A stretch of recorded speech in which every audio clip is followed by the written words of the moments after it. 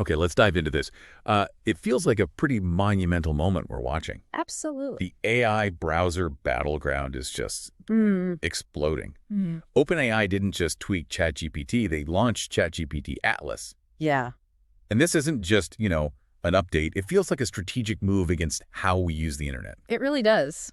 They're positioning themselves against Chrome, obviously, but also newcomers like Perplexity's Comet and Google putting Gemini deep into Chrome. And the sources are clear. This Atlas thing, Mhm. it's a total architectural rethink, right? That's the key takeaway. It's not just a chat window slapped onto an old browser. No, Mm. they're aiming to make the web more like a collaborative workspace with memory and assistant built right in. Got it. And it's out now for macOS. For macOS, yeah. But Windows and mobile are definitely on the roadmap.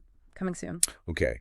So our mission for this deep dive, what are the standout features? Let's pull out, say, the 7 key things from the sources that make this a real contender, especially if you're trying to get up to speed quickly. Sounds good. We've kind of grouped them into 3 areas. First up, in-the-moment integration. Exactly.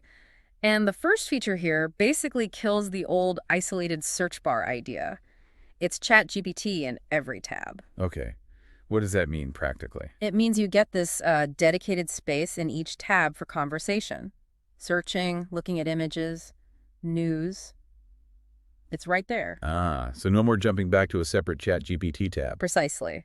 The AI lives right where you're working, on the page itself. And it's not just sitting there. Feature 2, the context-aware AI assistant. This sounds personal. It is. Atlas can understand the actual web page you're viewing, maybe other tabs you have open, and even your login status if you give it permission, of course. Right, so if I'm researching something specific, or maybe shopping. The responses get way more relevant. It knows your goal because it's sort of, well, reading over your shoulder, contextually. That deeper embedding, that makes sense, leads into feature 3. Yep.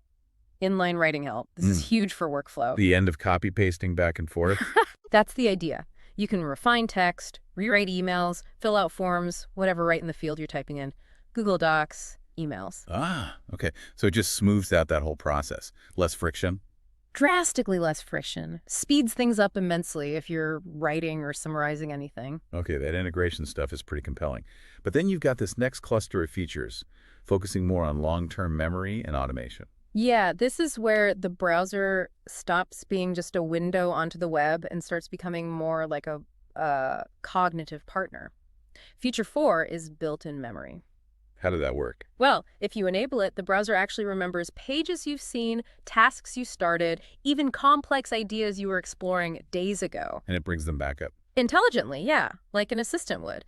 Think about having 50 tabs open just so you don't forget something. Oh, I know that feeling. This aims to solve that. It helps declutter your digital space, and importantly, you control it. You can see, edit, delete any memory. Control is key there. Okay.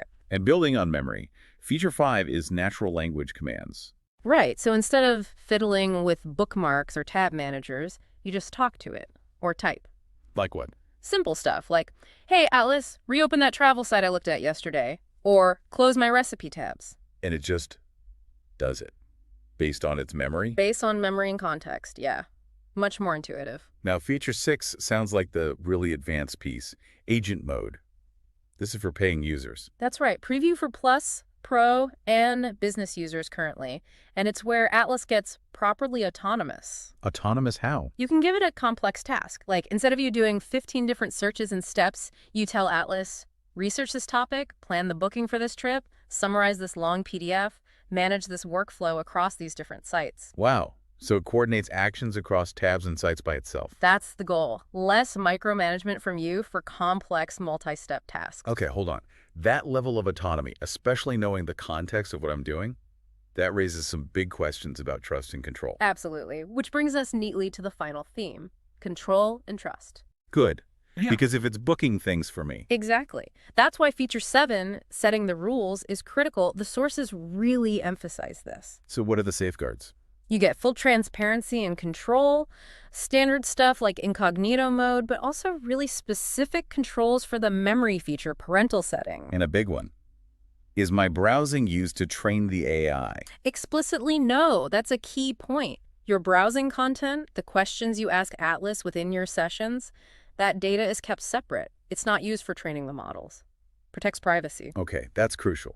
So, stepping back then, Atlas seems to be trying to shift the web from just, sites you visit, into more of an active workspace. A goal-oriented workspace, yeah. With this assistant embedded, focused on helping you achieve things efficiently. So for you, the listener, trying to learn or get things done, what's the big picture implication here? Well, if the AI, especially in agent mode, handles a lot of the grunt work, the research, planning, summarizing, Then your job changes, right? What becomes the really valuable skill? that's the provocative thought, I think.